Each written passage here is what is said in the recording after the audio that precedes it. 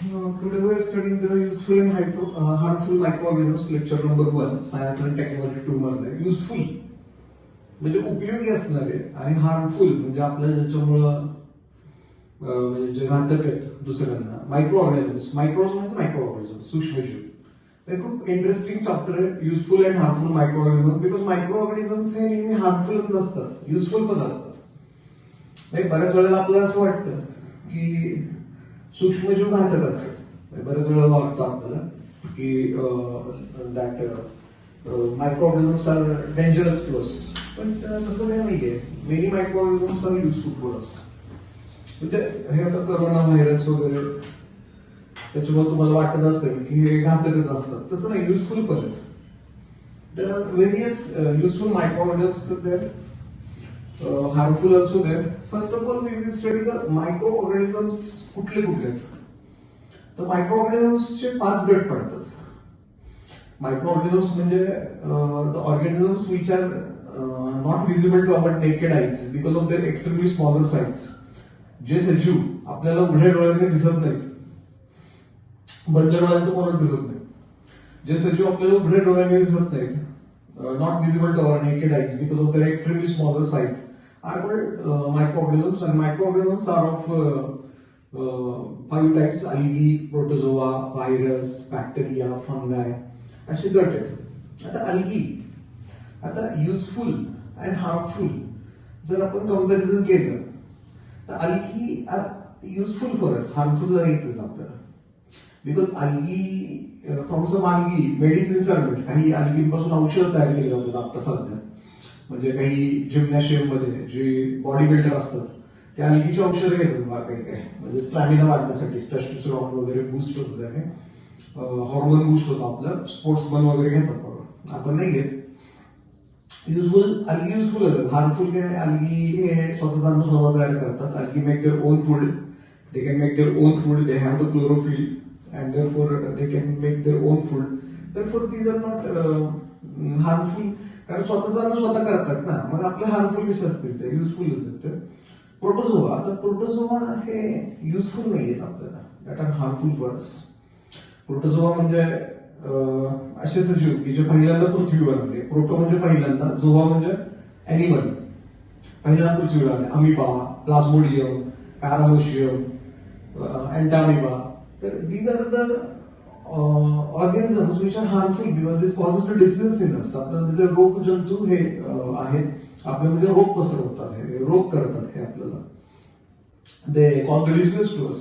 Many diseases diarrhoea vomiting उलटी होणे वगैरे किंवा मलेरिया हा जो आजार आहे तो प्रोटोझोआमुळेच होतो त्यामुळे ते हार्मफुल आहेत युजफुल नाही आहेत व्हायरसेस म्हणजे आताच करोना व्हायरस जर कोणी सांगितलं तर लहान मुलगा सुद्धा पळून जाईल कारण viruses are harmful for us because they cause the diseases to us आता व्हायरस युजफुल पण असणार आहेत बरं का पण व्हायरसचा अभ्यासच नाहीये अजून because many scientist do not study the viruses because virus are extremely smaller in size they do not have even cellular structure पेशीमय रचना पण नाही त्यांची they are made of RNA simply RNAचे बनलेले ते इतके लहान आहेत की त्यांची गरज पडली तरच अभ्यास करतात म्हणजे आता करोना व्हायरस त्याचा गरज आहे पण अभ्यास करावा लागतो ऍक्च्युली त्याचा उपयोग पण आहे कारण आता एक फॉरेन कंट्रीज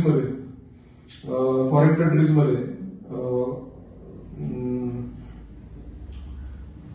बरेचसे असे पेशंट आहेत की ज्यांना औषधं दिली तरी त्यांचे आजार बरे होत नाहीत कारण त्यांच्या पूर्वजांनी खूप औषधं खाल्लेली म्हणजे आज जे आपण अँटीबायोटिक खातोय गोळ्या ते त्यांचे पूर्वज खायचे आपल्याला अँटीबायोटिक माहित नव्हते अँटीबायोटिक इंग्रजांनी आपल्याला नंतर दिले अँटीबायोटिक गोळ्या असतात ना आपण आजारी पडले की डॉक्टरांकडे जातो गोळ्या घेतो मग डॉक्टर आपल्याला गोळ्या बिस्किट देतात ते खातो आपण पण तिथं तुम्ही गोळ्या खाऊन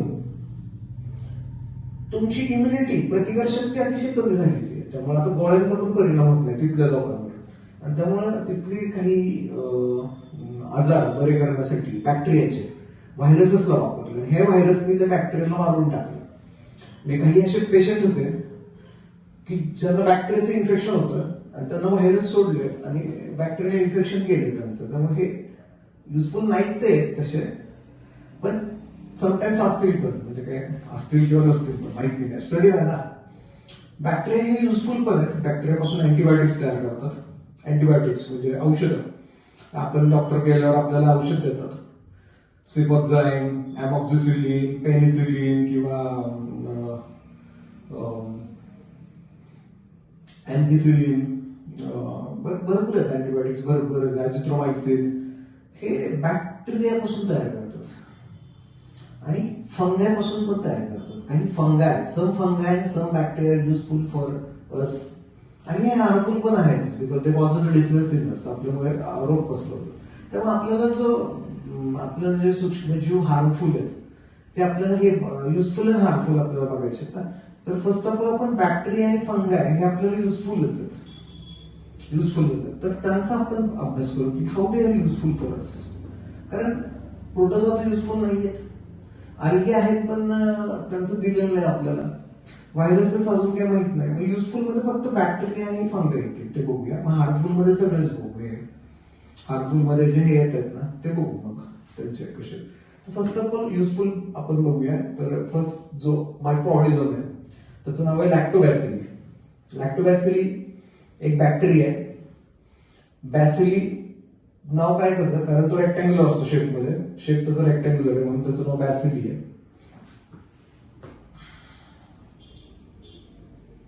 लॅक्टोबॅसिली कारण शेप त्याचा रेक्टँग्युलर आहे. शेप रेक्टँग्युलर असतो त्याचा, त्यामुळं तो लॅक्टोबॅसिली रेक्टँग्युलर असतं म्हणून त्याला बॅसिली म्हणतो. कारण ज्या बॅक्टेरियाचं शेप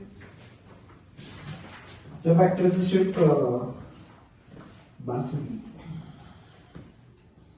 सीज दिले, आपल्या पुस्तकात सी दिले.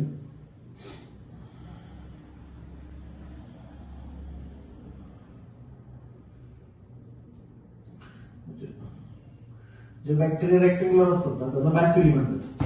बॅसिली म्हणजे बॅसिली हे नाव त्याचं कुठं आलं तर रेक्टँग्युलर शेपमध्ये येते, रेक्टँग्युलर. आणि तो दुधातली लॅक्टोज नावाची शुगर खात होतो म्हणून त्याचं नाव लॅक्टो आहे.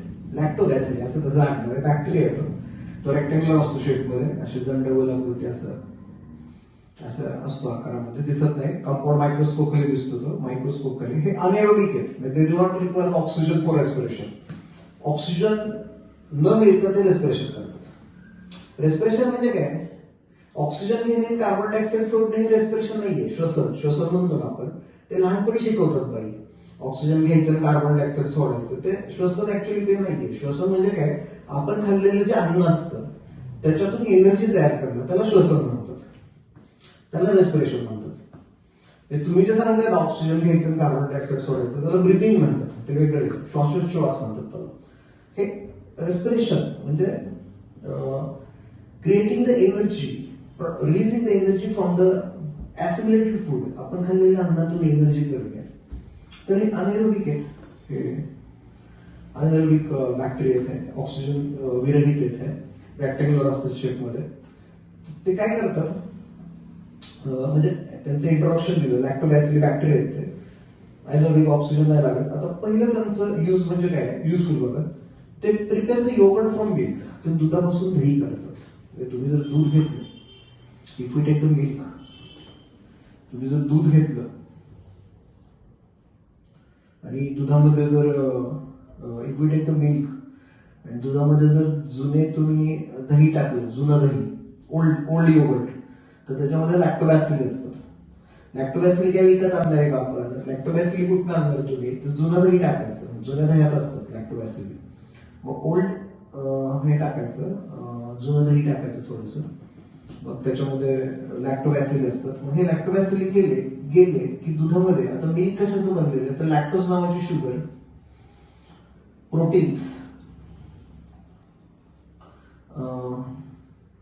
लॅक्टोज शुगर, प्रोटीन्स आणि वॉटर, पाणी, ह्याचं दूध बनलेलं आहे. मग आता हे बॅक्टेरिया काय करतात, लॅक्टोज नावाची शुगर आहे ना ती खातात आणि लॅक्टोज नावाच्या शुगरचं लॅक्टिक ऍसिड मध्ये रूपांतर करतात. लॅक्टिक ऍसिड, लॅक्टोज नावाची शुगर खातात, ते feed on the lactose sugar and they convert into lactic acid. But it requires a time, it requires overnight for the keeping aside. त्याला रात्रभर बाजूला ठेवावं लागतं किंवा एक 6 ते 7 तास बाजूला ठेवावं लागतं. आणि मग हे लॅक्टोजचं लॅक्टिक ऍसिड होतं. लॅक्टिक ऍसिड तयार झालं की जो तुमचा हा मिल्क आहे तो मिल्क नाही राहत आता, कारण लॅक्टोज शुगर गेली ना, त्यामुळे हा जो तुमचा मिल्क आहे त्याचा पीएच आहे ना तो कमी व्हायला लागतो. त्याचा जो पीएच आहे तो काय होतो, त्याचा पीएच कमी होतो 7 पेक्षा. पीएच बिकम लेस देन 7 म्हणजे तो ऍसिडिक व्हायला लागतो. ऍसिडिक म्हणजे हे मिक्सचर आहे ना ते ऍसिडिक व्हायला लागतं because of that harmful bacteria. त्यातले हार्मफुल बॅक्टेरिया मारतात दुधातले. दुधामध्ये जे हार्मफुल बॅक्टेरिया असतात की ज्याच्यामुळे आपल्याला त्रास होऊ शकतो, आजार बसू शकतात, ते मारतात. Harmful bacteria get destroyed because of the acidic condition. आता हे ऍसिडिक झाल्यामुळे काय होतं, प्रोटीन्स कोॲग्युलेट व्हायला लागतात, प्रोटीन्स एकत्र यायला लागतात आणि इट बिकम थिक आणि हे जाड होतं because of the coagulation of proteins. Coagulation म्हणजे एकत्र येणे, गोळा होणे, कोॲग्युलेशन ऑफ प्रोटीन. प्रोटीन्स एकत्र आल्यामुळे कोॲग्युलेट होत होते, कोॲग्युलेट होतं म्हणजे प्रोटीन्स एकत्र येतात, कोॲग्युलेट होत होते आणि घट्ट होत होते. It becomes thick because of coagulation of protein and it become sour to taste. आंबट लागतं. It become sour sweet to taste. Sour sweet म्हणजे आंबट गोड लागतं. Therefore yoghurt is always added in food. आपल्या always added in the diet. आपल्या आहारामध्ये घेतात ते. आपला जो आहार आहे त्याच्यामध्ये नेहमी योगर्ट असतं आणि नसेल तरी घ्यावं योगर्ट बिकॉज योगर्ट मुळे काय होतं, लॅक्टोबॅसिली आपल्या पोटात जातात आणि हे लॅक्टोबॅसिली दह्यात पण असतात ना, हे पोटात जातात आणि आपल्या पोटामध्ये डायजेशन करायला चालू करतात. And because of that, we feel more comfortable and our digestion becomes more powerful and our digestion become more fast and very easy. Digestion become easy because of the yogurt. Therefore, we should add the yogurt in our diet. Now, probiotics. Ata, probiotics is nothing but the type of yogurt. आता मोठ्या शहरामध्ये metropolitan cities मध्ये, if we go in metropolitan cities, then there were no recipes like yogurt and buttermilk. तिथं अतिशय कमी प्रमाणात असतं कारण मोठ्या शहरामध्ये माणसं कामाला असतात, त्याच्याकडे दही ताक करायला वेळ नसतो. मग अशा ठिकाणी काय होतं, दुकानामध्ये अशा बॉटल्स विकत मिळतात जे हेल्दी ड्रिंक्स असतात, प्रोबायोटिक्स म्हणतात. हेल्दी ड्रिंक्स बॉटल्स असतात, त्याच्यामध्ये ते ड्रिंक असतं, अशा आकाराच्या बॉटल्स असतात त्या मिळतात मॉलमध्ये वगैरे, प्रोबायोटिक्स असतात. तर ऍक्च्युअली त्यात काय असतं, तर त्यात हे लॅक्टोबॅसिली टाकलेले असतात. म्हणजे एक ड्रिंक असतं आणि त्यात लॅक्टोबॅसिली असतात आणि आपण ज्याने पिलं, if we drink that probiotic then our digestion improves, our gut health improves, म्हणजे आपल्या आतड्यांची हेल्थ वाढते चांगली. We feel more comfortable and easy for the digestion. We not get any abdominal discomforts, म्हणजे पोटाला आपल्या त्रास होत नाही. काही काहींना पचनाचा त्रास असतो, मग आपल्या पोटाला त्रास होत नाही. ॲब्डॉमिनल डिस्कम्फर्ट होत नाही आपल्याला डायरिया म्हणजे हगवण नावाचा आजार आहे, लूज मोशन्स, हगवण वगैरे होत नाही. प्रोबायोटिक्स तर ते औषध लॅक्टोबॅसिली टाकून बनवतात. Then various milk products are made by the lactobacilli. आता दुधाचा कारखाना जिथं असतो की जिथं दूध पासून प्रोडक्ट्स तयार करतात, वेगवेगळे दुधापासून वेगवेगळे प्रोडक्ट, तर अशा ठिकाणी लॅक्टोबॅसिली कल्चर केले जातात, वाढवले जातात आणि लॅक्टोबॅसिली मिल्क मध्ये ऍड केले जातात आणि मग त्याच्यापासून मिल्क प्रोडक्ट्स तयार होतात. म्हणजे जसं की yoghurt, buttermilk, lassi and that paneer, cheese, हे जे मिल्क प्रोडक्ट्स आहेत, श्रीखंड, ते तयार केले जातात लॅक्टोबॅसिली पासून. श्रीखंड, चक्काज वगैरे ते तयार केले जातात. त्याच्यानंतर lactobacillis are use for the production of cider, coca and pickles. Pickles म्हणजे लोणची. लोणची बनवायला वापरतात ते, म्हणजे फॅक्टरीमध्ये. कोका म्हणजे चॉकलेटची पावडर. तुम्ही जे चॉकलेट खाता त्यात कोका असतो, तर कोका बनवायला तो लॅक्टोबॅसिली वापरतात, त्यामुळे चॉकलेट चांगलं लागतं आपल्याला. सायडर हे माहित नसेल तुम्हाला, कारण सायडर फॉरेन कंट्रीज मध्ये खातात जास्त. तर सायडर म्हणजे एक फळांचा रस असतो, म्हणजे फॉर एक्झाम्पल, आणि तो फर्मेंट केलेला असतो. फळांचा रस असतो पण त्यात लॅक्टोबॅसिली सोडलेले असतात. ऍपल सायडर खूप फेमस आहे, सफरचंदाचं. आणि ते जे सायडर आहेत ते फॉरेन कंट्रीज मध्ये जेवायच्या आधी घेतात. Before dinner, before lunch they always take the shot of cider. म्हणजे असं थोडंसं भरून मग त्याचा एक शॉट घेतात ते. मग तरी काय होतं, डायजेशन इम्प्रूव्ह होतं. इझी डायजेशन, फास्ट डायजेशन होतं आणि वेट लॉस होतं त्याच्यामुळं. आणि कोका बनवायला, पिकल्स बनवायला वापरतात. Then lactobacillus is use for making the medicines of abdominal discomfort medicines. पोटाचे आजार आहेत, बऱ्याच ठिकाणी लोकांना पोटाचे आजार असतात आणि हे पोटाचे आजार काही काही क्रॉनिक असतात, सारखे होत असतात. Abdominal discomfort. अशा वेळेस मध्ये त्यांना काही औषध दिली जातात, त्यांना काही कॅप्सूल्स दिले जातात आणि त्या कॅप्सूल्स मध्ये औषधांमध्ये लॅक्टोबॅसिल असतात, कल्चर केलेले असतात. आणि आपण जर असे कॅप्सूल खाल्ल्या तर मग आपलं डायजेशन इम्प्रूव्ह होतं. म्हणजे आपल्याला जो त्रास होतोय, डायरिया होतोय, हगवण किंवा इनडायजेशन होतोय, ते इम्प्रूव्ह होतं. त्यानंतर it is use for making the folder of cattles. म्हणजे आपल्या घरात जी गुरं असतात त्यांचं फोल्डर बनवायला पण वापरतात. म्हणजे जे ऑइल केक्स असतात, म्हणजे पेंट वगैरे, सरकी पेंट वगैरे नसतं काय गुरांचं, जे ऑइल केक्स असतात म्हणजे यापासून आपण तेल काढतो. तेल काढल्यानंतर शिल्लक राहतं जो भाग, त्याला ऑइल केक्स म्हणतात. मग ते घेऊन जागरी म्हणजे गुळ घेऊन, पाणी घेऊन, त्यानंतर थोडासा मका, मेज घेऊन मग ते फोल्डर बनवतात आणि त्यात लॅक्टोबॅसिल टाकतात. पाऊच मिळतो आणि त्याच्यामुळे कॅटल ते खातात, खूप चांगलं लागतं त्यांना. त्यानंतर it is use for making the wine. Lactobacillus wine बनवायला वापरतात. सम टाईप ऑफ वाईन, कारण ऍक्च्युली वाईन बनवायला फंगा वापरतात. ईस्ट नावाचं फंग आहे ते वापरतात. पण काही वाईन्स अशा आहेत त्याला लॅक्टोबॅसिल वापरतात. लॅक्टोबॅसिल वाईन तयार करतात फ्रॉम द ग्रेन्स, धान्यापासून. त्यानंतर bread, some types of bread. Actually bread बनवायला ईस्ट वापरतात खरं, पण काही ब्रेड आहेत ना, म्हणजे फॉर एक्झाम्पल मिल्क ब्रेड, म्हणजे फ्लेवर आला, नुसतं ब्रेड वेगळा, मिल्क ब्रेड वेगळा, मग त्याला हे वापरतात लॅक्टोबॅसिली. तर this is the useful lactobacilli. This of the lactobacilli, very useful bacteria. Then तो आपल्याला यूज आहे त्याचा lactobacilli. Then we will study the rhizobium bacteria. Rhizobium नावाचा बॅक्टेरिया त्याचा अभ्यास करूया. आता रायझोबियम बॅक्टेरिया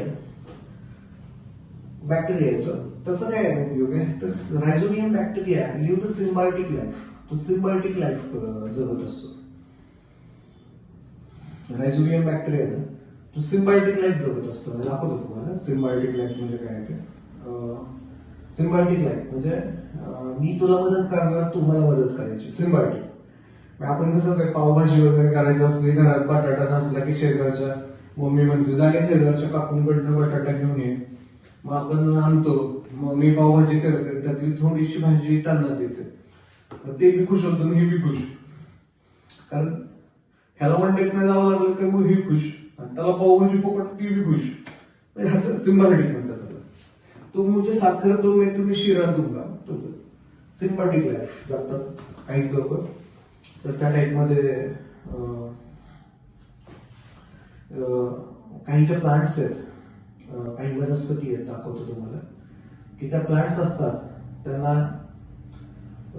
टॅपरूट असतं, असं मूळ असतात त्यांना लेग्युमिनस प्लांट्स म्हणतात. लेग्युमिनस प्लांट्स म्हणजे ह्या कडधान्य वनस्पती आहेत. त्यांचे जे रूट्स असतात त्यांच्या मुळांशी, म्हणजे त्यांचे जे रूट्स आहेत त्या मुळांची गाठी असतात, त्याच्या मुळांची गाठी असतात त्या रूट्सला. लेग्युमिनस प्लांट्स आहेत. सम प्लांट्स आर लेग्युमिनस, काही प्लांट्स लेग्युमिनस आहेत. They have the nodules at the roots. त्यांना मुळांशी गाठी असतात, नोड्यूल्स असतात ॲट द रूट्स, मुळांशी. हे त्यांची जी मुळं असतात त्याची गाठी असतात आणि ह्या गाठ्यांमध्ये हे बॅक्टेरिया असतात, रायझोबियम बॅक्टेरिया. आणि ते सिम्बायोटिक लाईफ जगतात, म्हणजे ते प्लांटच्या साह्याने जगत असतात. आता कसे जगतात ते तर दे हॅव कॅपॅसिटी. नूडल्स म्हणजे गाठी, लेग्युमिनस प्लांट्स म्हणजे कडधान्य वनस्पती. कडधान्य म्हणजे चवळी, मूग, मटकी, वाटाणा, हरभरा, सोयाबीन, जे असे वेगवेगळे असतात ना ते, कुठलीही डाळ, मसूर, मूग, म्हणजे कडधान्याची डाळ होते. नंतर डाळ काय डायरेक्ट नाही होत, आधी कडधान्य असतं ते. म्हणजे आधी Bengal gram, green gram, red gram, then peas, वाटाणा म्हणजे, देन सोया बीन्स म्हणजे घेवडा, वाटाणा, पावटा वगैरे. तर ते have the noodles at the roots, त्यांना नूडल्स असतात. And this contain rhizobium bacteria असतात. आता हे बॅक्टेरिया काय करतात, तर this bacteria absorb the atmospheric nitrogen, हवेतलं नायट्रोजन घेतात. अँड ब्रिंग द नायट्रोजन, हवेतलं नायट्रोजन घेतात ते, atmospheric nitrogen, and bring the nitrogen in the soil, मातीमध्ये आणतात. Into the compounds of nitrogen, नायट्रोजनच्या कंपाऊंड्स मध्ये आणतात. म्हणजे नायट्रेट्स मध्ये, नायट्राइट्स मध्ये, नायट्राइट ह्याच्यात आणतात. नायट्राइट मध्ये आणतात. आणि मग प्लांट्स काय करतात, प्लांट्सला नायट्रोजन मिळतं हवेतला, म्हणजे तो नायट्रोजनच्या कंपाऊंडच्या स्वरूपात असतो. ते bring the atmospheric nitrogen into the compounds of nitrogen. Compounds of nitrogen मध्ये आणतात ते. आणि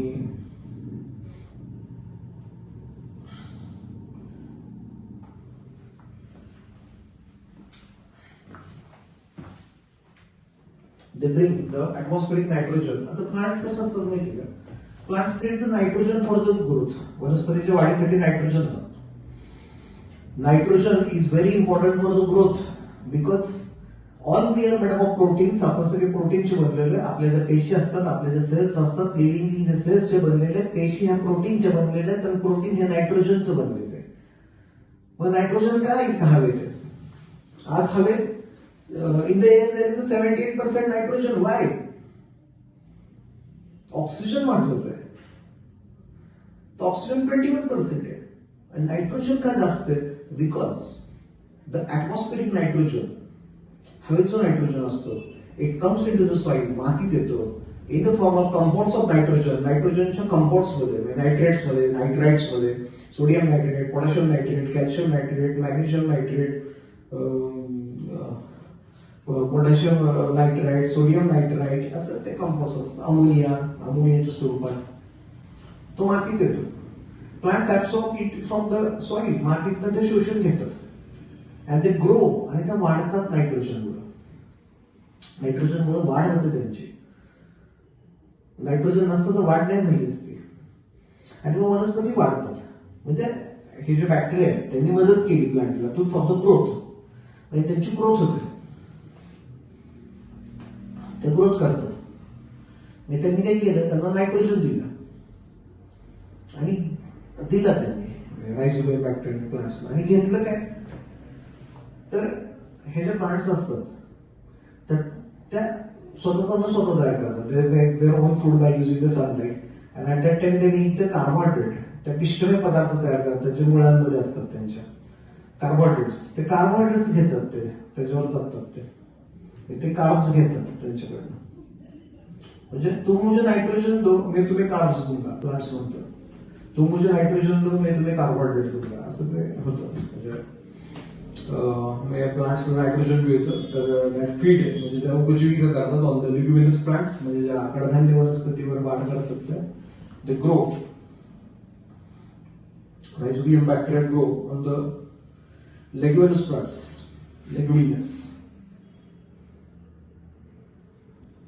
लिग्युमिनस प्लांट्सवर ग्रो होतात, त्या कडधान्य वनस्पतीवर ग्रो होतात, त्या मुळा नोड्यूल्स मध्ये असतात त्या. तर त्यांचं पहिलं काम काय, नायट्रोजन फिक्सेशन, हवेचं नायट्रोजन मातीत आणणे. The conversion of atmospheric nitrogen, gas आहे ना, गॅस आहे, नायट्रोजन खाली कसं येणार मातीत. तर conversion of atmospheric nitrogen into the compounds of nitrogen like nitrate and nitrite and ammonia.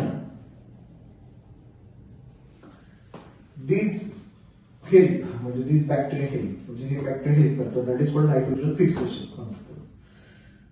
त्याच्यामुळे nitrogen fixation this process is called nitrogen fixation. Conversion of atmospheric nitrogen to compounds of nitrogen. This is useful for the growth of plant. वनस्पतीची वाढ होते. तुम्ही म्हणाल मग होऊ दे काय आम्हाला काय, वनस्पती वाढल्या तर आपण वाढणार आहे. बिकॉज द इकोसिस्टम मध्ये बघितलं की प्लांट्स आर द प्रोड्युसर्स. ते अन्न तयार करतात, प्रायमरी प्रोड्युसर आहेत त्यामुळे ग्रोथ ऑफ प्लांट. त्यानंतर बरेच जण काय करतात, हे प्लांट्स आहेत ना ते डायरेक्ट जमिनीत काढतात खाली. म्हणजे प्लांट्स उगवून आले ते जमिनीत काढतात. Many farmers dump this plants directly deliberately in the farm because to increase the fertility of soil.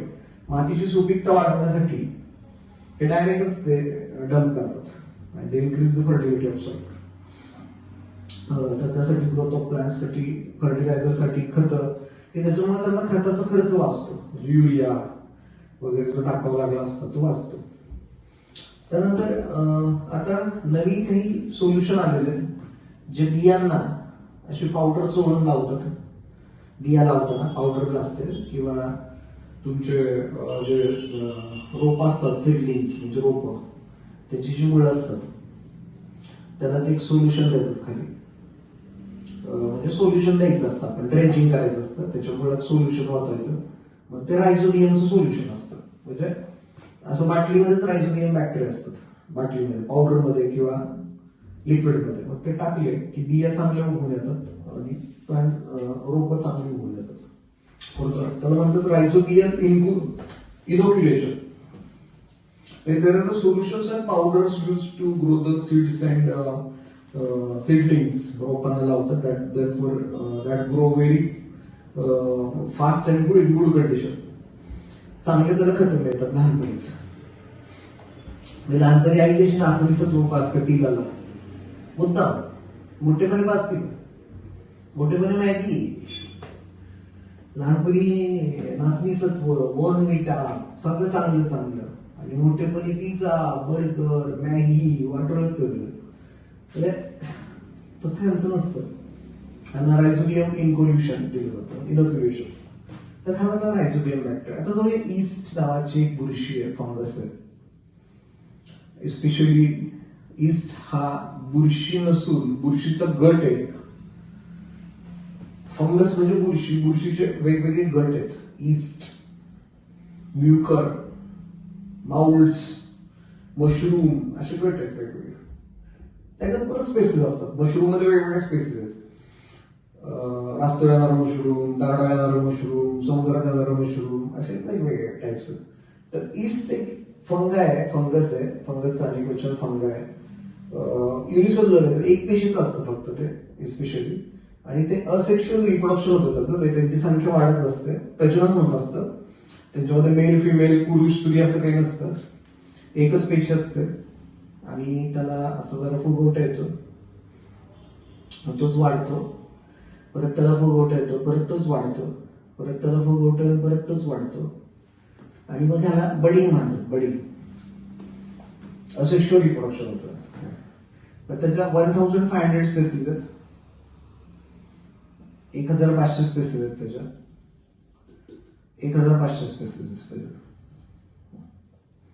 1500 spaces आहेत त्याच्यात. आणि त्याच्या ईस्टच्या 1500 स्पेसिस आहेत. म्हणजे वेगवेगळे ईस्टचे वेगवेगळे प्रकार आहेत. म्हणजे सॅक्रोमायसिस नावाची ईस्ट आहे. ईस्ट हा गट आहे, त्याच्या वेगवेगळ्या जाती आहेत आणि त्यांचं रिप्रोडक्शन खूप फास्ट होत असतं, त्याचं प्रजनन होत असतं, संख्या वाढत असते. आणि ते कधी प्रजनन करतात, रिप्रोडक्शन कधी करतात तर when they feed on the glucose, जे असतं ग्लुकोज खातात, जे असते कार्ब्स खातात. म्हणजे तुम्ही जे ईस्ट टाकलं ना तर ते ग्लुकोज खायला लागतं आणि त्याची संख्या वाढवतं. नंतर मग ते हळूहळू मारायला लागतं, जसं ग्लुकोज संपलं ना तसं ते मारायला लागतं. पण त्यांची संख्या वाढत असताना ते रेस्पिरेशन करत असतं. म्हणजे ते जे अन्न खात असतं ग्लुकोज, ते अन्न ग्लुकोज खात असतं, ते खात असताना त्याच्याकडनं काही बाय प्रोडक्ट्स तयार होतात. म्हणजे अल्कोहोल तयार होतं, लॅक्टिक ऍसिड तयार होतं, इस्टर्स तयार होतात की ह्यांना खूप छान चव असते. ह्यांना खूप छान चव असते. लॅक्टिक ऍसिड आंबट गोड लागतं. तुम्ही बघा ब्रेड खाऊ, ब्रेड, गुलाबजाम, जिलेबी, लॅक्टिक ऍसिड. इडली, डोसा, हे लॅक्टिक ऍसिड असतं. त्यामुळे ते खूप चवीला चांगलं लागतं आपल्याला. तर त्यांचा तो उपयोग कसा आहे, तर प्रोडक्शन ऑफ ब्रेड तयार करायला एक ईस्ट वापरतात, त्याचं नाव आहे baker's yeast. Actually baker's yeast हे माणसाने ठेवलेलं नाव झालं, त्याचं नाव हेच आहे बघा, सॅक्रोमायसिस सेरिविसी. सॅक्रोमायसिस त्याचा जीनस असतो आणि हे त्याची स्पेसिस असतं. ईस्ट नावाची बुरशी आहे, तिचं ते नाव आहे. ईस्ट हे गटाचं नाव आहे, सॅक्रोमायसिस सेरिविसी हे तिचं नाव आहे, त्या जातीचं. तर ती म्हणजे आता कुत्रा कसं डॉग हा गट आहे, त्यात वेगवेगळ्या जातीत ना, जर्मन शेपर्ड आहे, सेंट बर्नार्ड आहे, लॅब्राडोर आहे, वेगवेगळे ना. डॉग थोडीच एक वेगवेगळ्या जाती. तसं ईस्टमध्ये पण वेगवेगळ्या जाती आहेत. प्रोडक्शन ऑफ ब्रेड तयार करायला वापरतात. ते कसं ब्रेड करतात ते दाखवतो. For the preparation of bread we must need the flour. आपल्याला एक फ्लोअर लागतो, म्हणजे हे पीठ लागतं. That flour may be you opted from the wheat, गव्हापासून घ्या, जवार ज्वारीपासून घ्या, वेगवेगळे ब्रेड असतात. आता आपल्या इथं मैदा वापरतात, गहू पण वापरतात. ब्राऊन ब्रेड म्हणतो ना, तर गहू असतो आणि मैदा हा गव्हाचाच असतो. मैदा हा काही पदार्थ वनस्पतीला येत नाही. गहू असतो ना, गव्हापासून बाकीचे घटक वेगळे करून फक्त त्यात स्टार्च आणि शुगर ठेवलेली असते. प्रोटीन बाजूला काढलेलं असतं, त्याला मैदा म्हणतात. मैदा खायला कधीही चांगला नसतो. मैदा चांगला नसतो म्हणून फॉरेन कंट्रीज मध्ये धान्य वापरतात. व्हीट, ज्वार, बाजरा, त्याचे ब्रेड असतात. आपल्या इथं तसे बनत नाही. तर for that purpose we require wheat flour, गव्हाचं पीठ लागेल तुम्हाला. Maida, that is called maida. Add suitable quantity of water, थोडंसं पाणी टाका. ऍड द बेकर्स ईस्ट, थोडंसं बेकर्स ईस्ट टाका अँड मेक अ डफ. आणि कणिक बनवून ठेवा. कणिक बनवा त्याचे पाणी टाकून, गव्हाचं पीठ वगैरे, ते ईस्ट टाकून. ईस्ट मिळतं, विकत मिळतं, ते टाकायचं, विकत मिळतं ते. आता अवन मध्ये अवन असतो ना, एक अवन भट्टी, फर्नेस, भट्टी. काही ठिकाणी भट्टी असते बेकरीत, आपल्या घरी अवन असतो, तर ठेवा तो डफ असं कशात तरी ह्याच्यात घालून ठेवायचा आपल्या बॉक्समध्ये, जेणेकरून त्याला शेप येईल चांगला. आता तो गरम व्हायला लागला ना की सॉरी एक minute. Add the water, add the bakers yeast, make a dough, त्याचे कणिक बनवा and keep the dough aside overnight. रात्रभर बाजूला ठेवा ती कणिक. And that is called fermentation. त्याला फर्मेंटेशन म्हणतात. त्याचं फर्मेंटेशन व्हावं लागतं. फर्मेंटेशन म्हणजे एक क्रिया आहे की त्याला रेस्पिरेशन म्हणतात.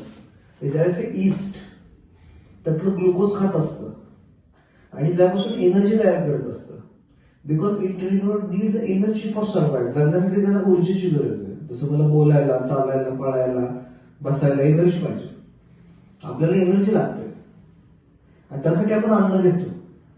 तसं त्याला एनर्जी लागते म्हणून तो ग्लुकोज घेतोय. ते त्याचं एनर्जीत रूपांतर होत असताना by making the energy from the glucose, some byproducts like some carbon compounds like alcohol, lactic acid, esters are formed. This is called fermentation.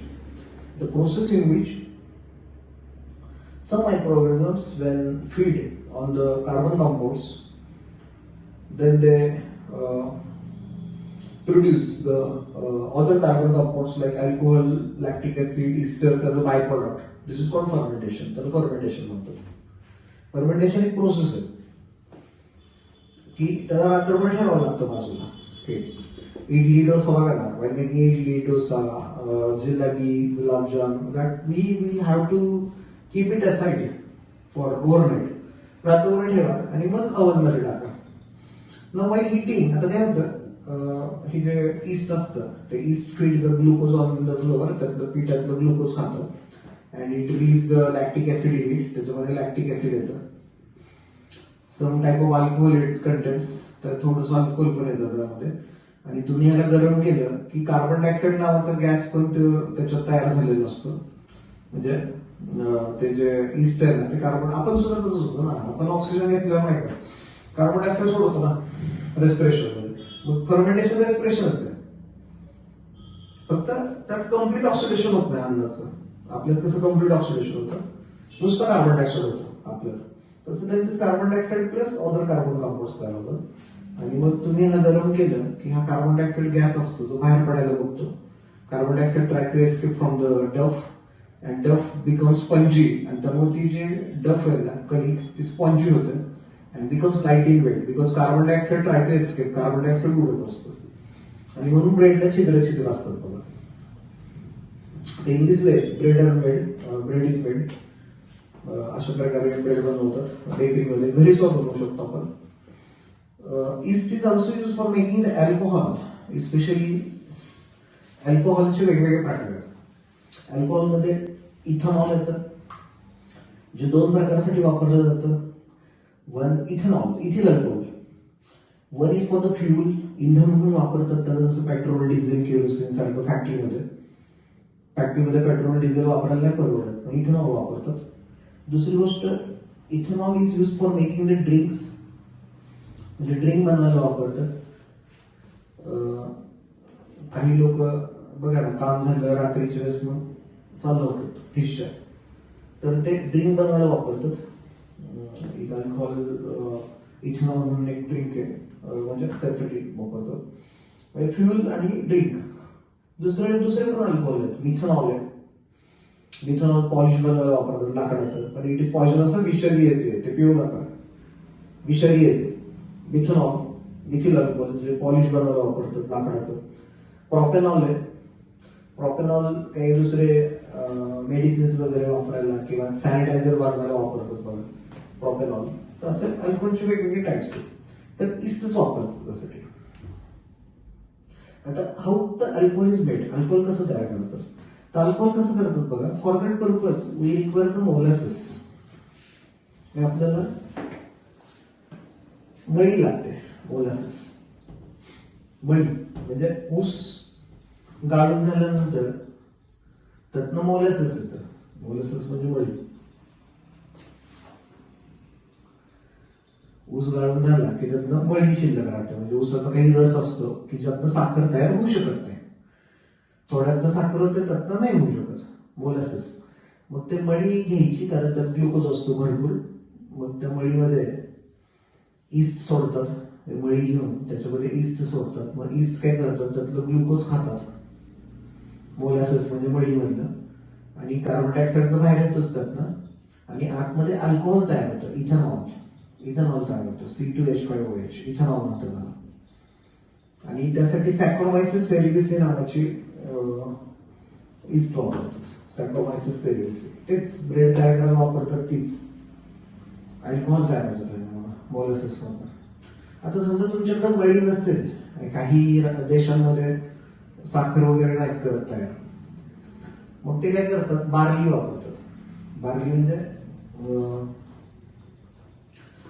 भिजत घातलेलं धान्य, म्हणजे भिजत घातलेले गहू, गव्हाचा चीक, ज्वारीचा, बाजरीचा, ते सगळं कुरवड्या करायला वापरतात ते. किंवा ग्रेन्स वापरतात, धान्य म्हणजे मेज, मका, बाजरा एवढेच. वीट, ज्वारी, गहू, ज्वारी नाही वापरतात, मेज, मका वगैरे वापरतात, आणि त्यातनं पण अल्कोहोल तयार होतं. देन वाईन्स, फर्मेंटेशनच होतं ना, फर्मेंटेशन होतं ना. आता वाईन्स म्हणजे these are made from fruits, म्हणजे जे काही फ्रुट्स असे असतात की फॉर एक्झाम्पल ग्रेप्स म्हणजे द्राक्ष, चेरी, असे फ्रुट्स आहेत की that fruits contain some fructose and sucrose, म्हणजे फ्रक्टोज नावाची शुगर जास्त प्रमाणात असते त्यांच्यात. हे खूप गोड असतात खायला, द्राक्ष वगैरे खूप गोड असतात, चेरी खूप गोड असतात. मग असं घेतात, भिजत घालतात आणि त्यात ईस्ट टाकतात ते, आणि ईस्ट टाकलं की ते खातात, ते ईस्ट ह्याचं शुगर खातात सगळी, आणि त्याच्यामध्ये अल्कोहोल तयार होतं, अल्कोहोल. आणि त्या अल्कोहोलमध्येच वाईन असतं, वाईन. अल्कोहोल वेगळं वाईन वेगळं, म्हणजे ऍक्च्युली दोन्ही इथेनॉल असतं ह्यात पण ह्यात पण. पण वाईन मध्ये अल्कोहोल कमी प्रमाणात असतं. दुसरी गोष्ट ह्यात अल्कोहोल जास्त प्रमाणात असतं, इथेनॉल जास्त असतं. ह्यात इथेनॉल कमी असतं. दुसरी गोष्ट ह्यात मायक्रोन्युट्रिएंट्स आलेले असतात, म्हणजे सेलेनियम, मॉलिब्डेनम, सम मायक्रोन्युट्रिएंट्स जे आपल्या शरीराला खूप महत्वाचे आहेत. अँटीऑक्सिडंट्स आलेले असतात.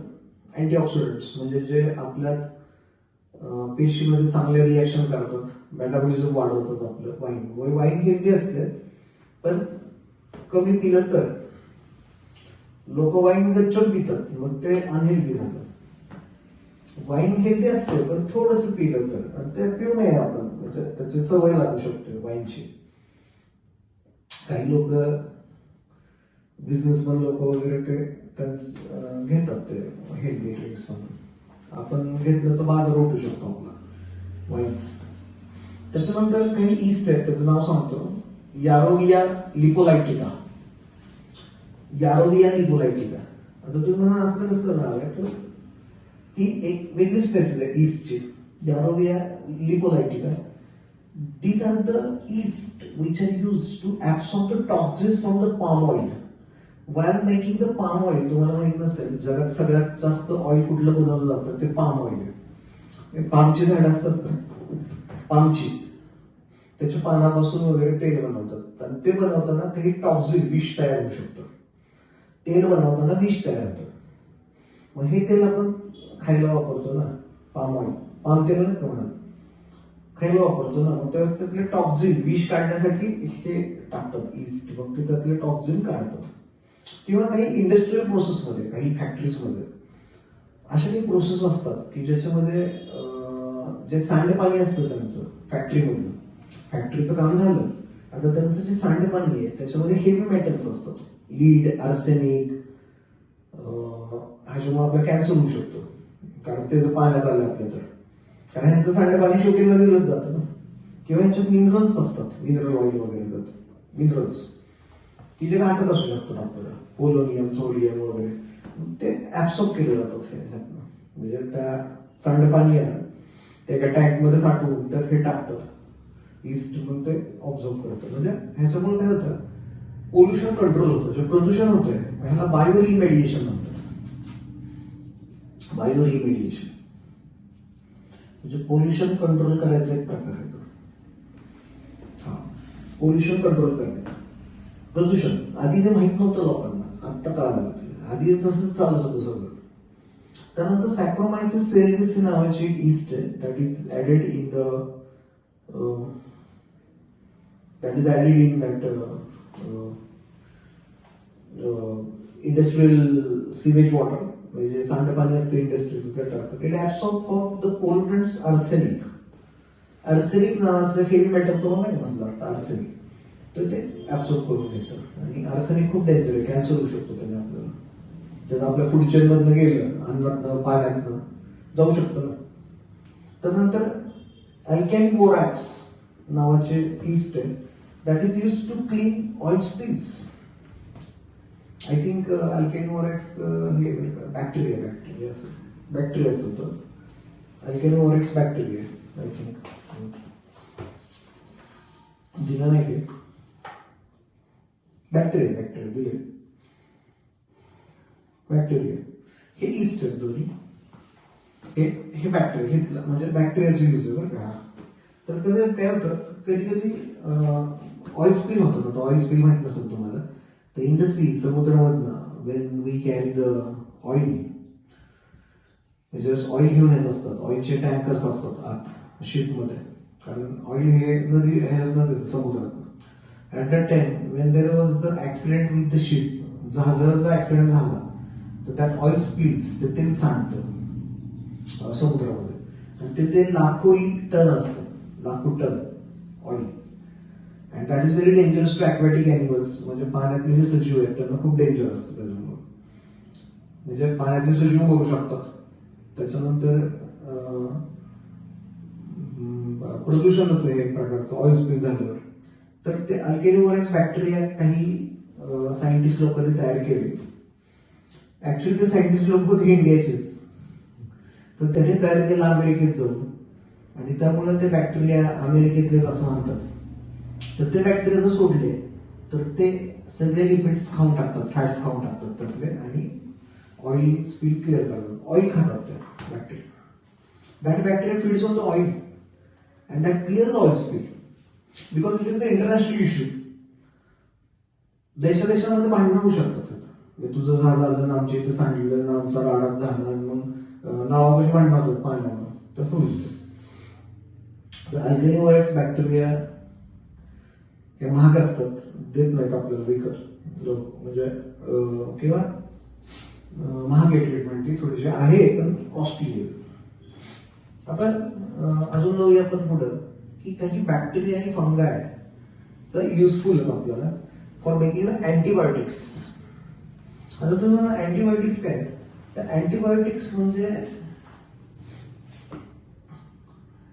काही बॅक्टेरिया आणि काही फंगाय इफ वी कल्चर, त्यांना जर पाळलं, म्हणजे काही बॅक्टेरिया आहेत, काही फंगाय आहेत, त्यांना जर आपण पाळलं, इफ वी कल्चर, त्यांना लागणारं अन्न द्यायचं, म्हणजे पाळतं ना.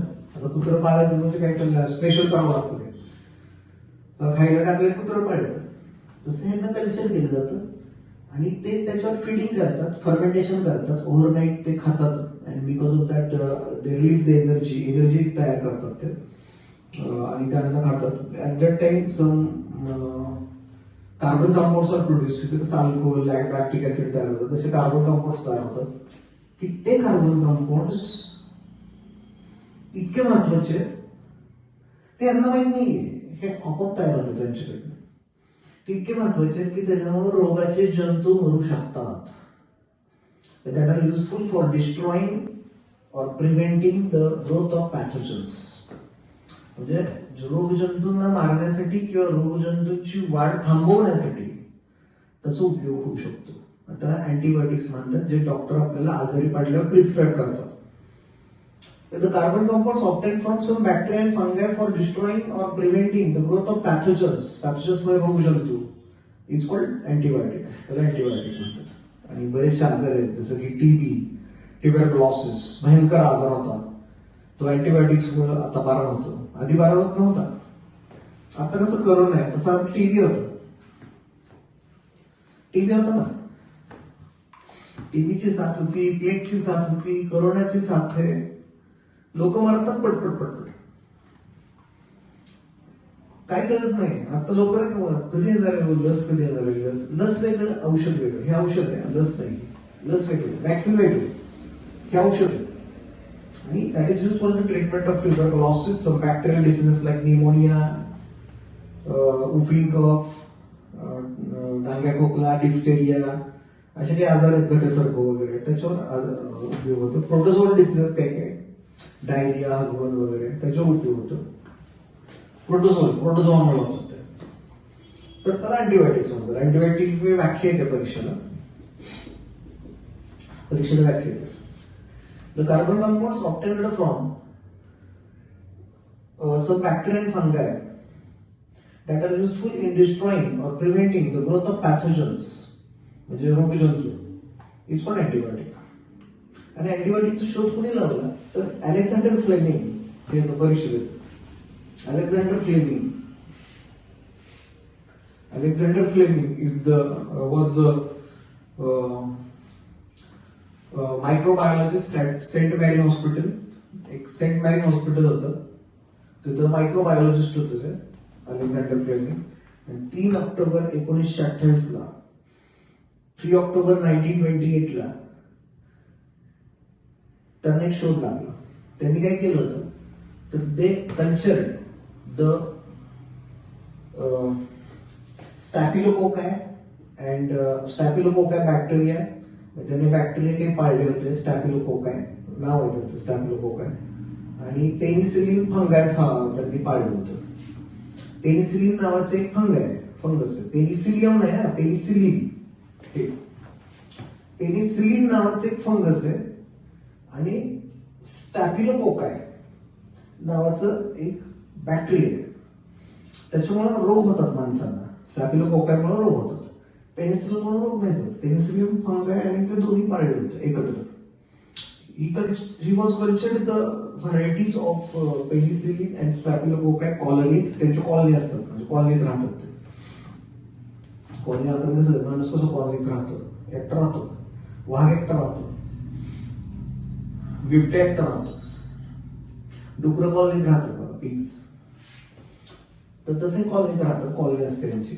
आणि त्यांच्या असं लक्षात येतं की after some days staphylococci colonies were destroyed. हे मेलं होतं. आणि का मेलं होतं तर because the antibiotic release from the penicillin. Penicillin मधनं काहीतरी बाहेर आलं होतं. म्हणजे त्यांचा पेनिसिलिनच्या उपजीविका करत होतं. त्यातनं काही कार्बन कंपाऊंड होते की ज्यांनी यांना मारलं. कार्बन कंपाऊंड डिस्ट्रॉय केलं. आणि मग ते म्हणाले की अरे ह्याचा उपयोग औषध बनवायला करू शकतो आपण. आणि त्यामुळे पेनिसिलिन नावाचं फंगस आहे, त्याच्यापासून पेनिसिलियम नावाचं फर्स्ट अँटीबायोटिक अलेक्झांडर फ्लेमिंगनी तयार केलं.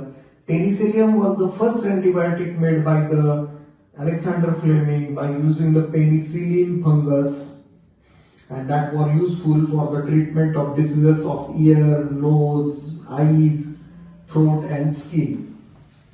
त्वचेचे आजार, डोळ्यांचे आजार, नाकाचे आजार, घशाचे, कानाचे आजार हे बऱ्यापैकी त्यांनी बरे व्हायला लागले की ज्याच्यावर आधी औषध नव्हतं.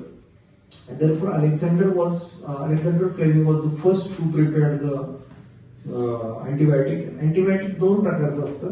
ब्रॉड स्पेक्ट्रम म्हणजे जस्ट तुम्हाला माहित नसतं की नक्की ह्याला कुठला आजार आहे, टीबी कधी होणे नक्की काय माहित नाही, नक्की आपल्याला जस्ट माहित नसतं. त्यावेळेस मग डॉक्टर हे अँटीबायोटिक्स देतात. Because these antibiotics are useful for the treatment of many disease. म्हणून ह्याला ब्रॉड स्पेक्ट्रम म्हणतात. Broad spectrum because these antibiotics can kill the variety of bacteria and fungi. Variety of bacteria हे kill करू शकतात. These are broad spectrum antibiotics are useful to kill the variety of microorganisms. Ampicillin, amoxicillin, tetracycline यांना kill करायला वापरतात ते broad spectrum bacteria. आणि काही काही नॅरो स्पेक्ट्रम असतात, म्हणजे ज्यावेळेस रोगाचं कारण माहित असतं की ह्या माणसाला बाबा टीबी झालाय, ह्या माणसाला बाबा डोळे आलेत, ह्या माणसाला बाबा त्वचेची खरूज झाली आहे. When the diagnosis of disease is properly known, then at that time these antibiotics are used, because these antibiotics are used for the particular disease to kill the particular bacteria. त्यासाठी ते वापरतात. पेनिसिलिन, जेंटामायसिन, इरिथ्रोमायसिन, पेनिसिलिन, जेंटामायसिन, इरिथ्रोमायसिन हे नाव आहेत त्या ह्याची बुरशीची किंवा त्या अँटीबायोटिकची नाव आहेत. ते वापरतात narrow spectrum. These bacteria, these carbon compound antibiotics are useful for the treatment of specific disease साठी वापरतात. आणि these are use for treatment of many disease. असे दोन प्रकारचे ब्रॉड स्पेक्ट्रम आणि नॅरो स्पेक्ट्रम अँटीबायोटिक्स. तर अशा प्रकारे आपण युजफुल मायक्रोऑर्गॅनिम्स बघितले. आता नेक्स्ट एपिसोड मध्ये हार्मफुल बघू आपण.